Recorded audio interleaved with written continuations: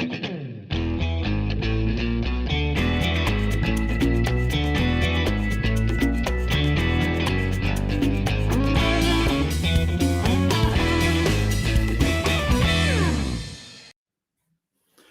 welcome to Dev Radio. We're here with Peter Smulovics, who's a member of our Azure Influencer Program.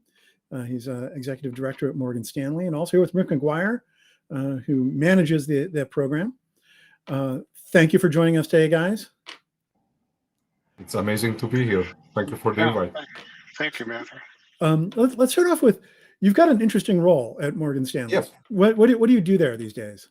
It's actually a multifaceted role. First of all, I am leading the Windows and .NET development practices. My team creates the reusable blocks, the infrastructure pieces, the frameworks, the libraries. We bring them from the vendors and open source. We create a lot of them. We create a lot of them in open source.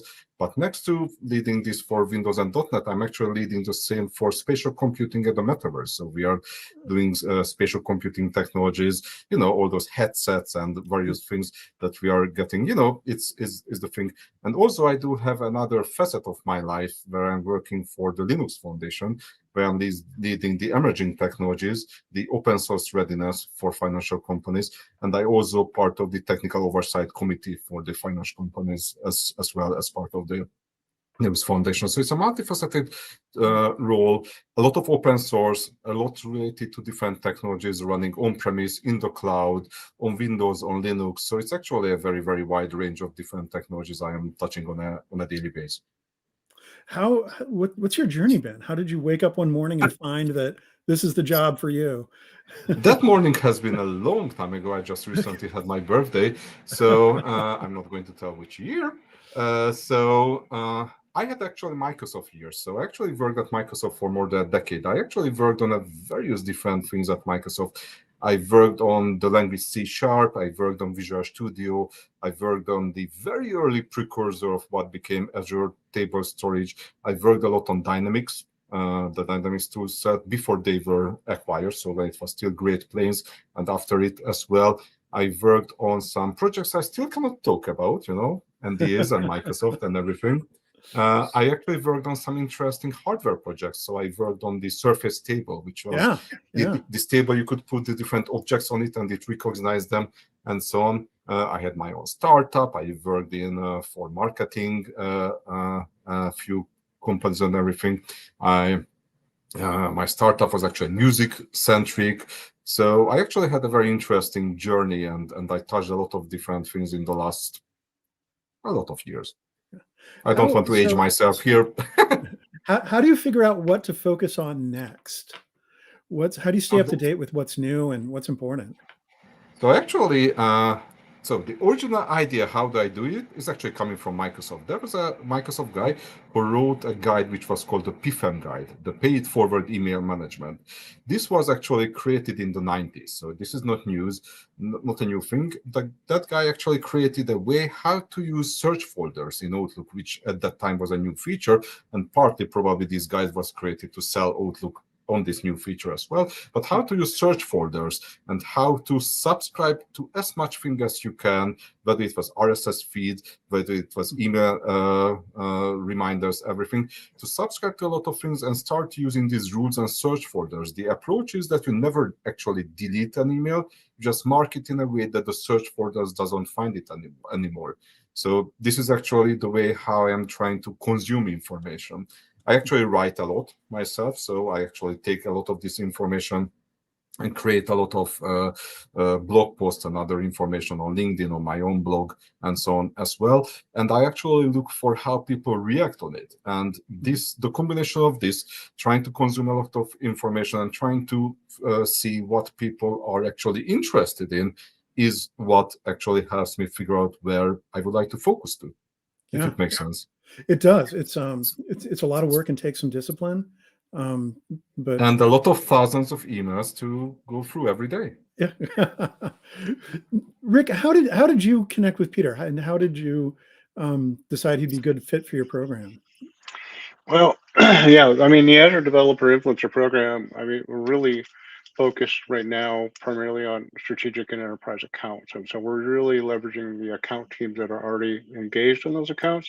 So our cloud solution architects, our cloud solution developer advocates, and those technical roles are really helping us identify who those folks are in the accounts who are influencers, right? Who are the folks that are making a difference? Who are advocates willing to dive in, learn the technology stack, and then share that with folks within the enterprise?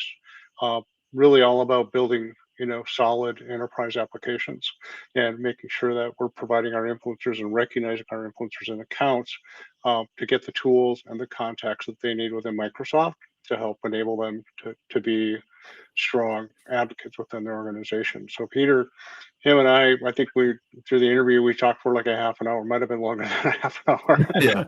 And I know he was an ex-Microsoft person and amazing background and an amazing story. So we're really excited to have him be part of our program.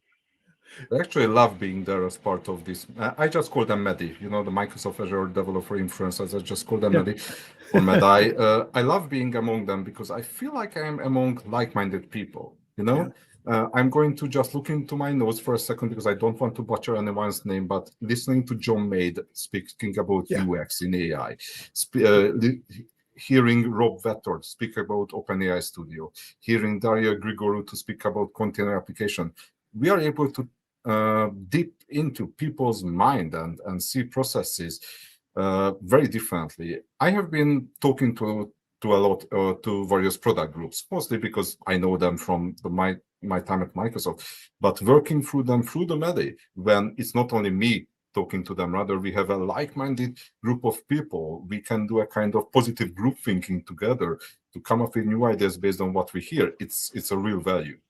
And thank you, Rick, for providing this opportunity. No, thanks for being part of it. I'm excited. I mean, we have our LinkedIn group now for Azure Developer Influencers. We're growing quite a bit. We've got quite a few influencers now from when we started. We're going to hopefully keep growing.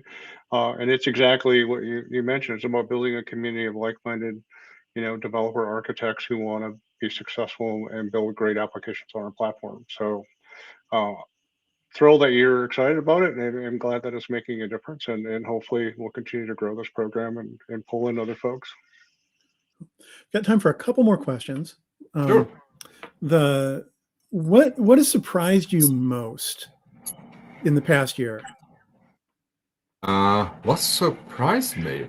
How quickly AI actually became mainstream. I think for me, there were a lot of technologies when it came, and it took some time for people to get familiar and use it. Let it be mobile computing, let it be quantum computing is still in the future. AI, on the other hand, because it's so approachable for the average person, it became so easy to use, so easy to touch into it. AI got everyone's interest at the same time. The growth in AI has been staggering. I mean, I still remember the story when on a Friday afternoon, we were chatting in a group that it would be nice if this particular platform, it was called Alpaca, would run on a mobile phone, but that's a few months away from that. By Monday, it was running on a mobile phone because someone managed how to sum it or compress it in some way, that the same model to run on a mobile phone. We were like, okay, this is unprecedented. We've never seen a technology that can this quickly just refurbish itself this way. So that's actually, and yes, I would like to say that cloud is actually a big part of it. Without the cloud, without the access to huge amount of computational capacity in an elastic way, it would have been impossible. Without the cloud as it is today, we couldn't have done this AI revolution. So if you ask me what has been surprising, the last time I saw this kind of invention taking people this speed probably was the personal computer itself. Yeah. So last question. This is my favorite. Star Trek or Star Wars? I tell you, Star Trek, and I tell you why. I tell you why it is Star Trek. Without a question. That was the right answer. Otherwise, otherwise, I am old. I got it. We are on the verge of the third industrial revolution. We have all the emerging technologies that are reaching boiling point at the same time. AI, metaverse, biotech, 4D printing, everything happening at the same time. If I look at all the inventions in the last few decades, mobile phones, tablets, interaction patterns, and everything, all of them coming from the 1960s Star Trek episode. I'm speaking about the old ones, the original series. With what's happening now, at this third industrial revolution that's happening now, I feel like we might move on to the new generation episodes finally. So when I'm looking for an emerging technology inspiration, I open an old Star Trek episode and watch it with that angle, because what was impossible at that time, it was futuristic. Today we have the technology to make it happen. Actually, my favorite part is the whole thing about the whole holo thing there. Yes, it's not there yet, but small pieces of that technology, whether it's about the moving pieces on the ground, whether it's about force fields, whether everything is slowly come together. So will we have a holodeck tomorrow?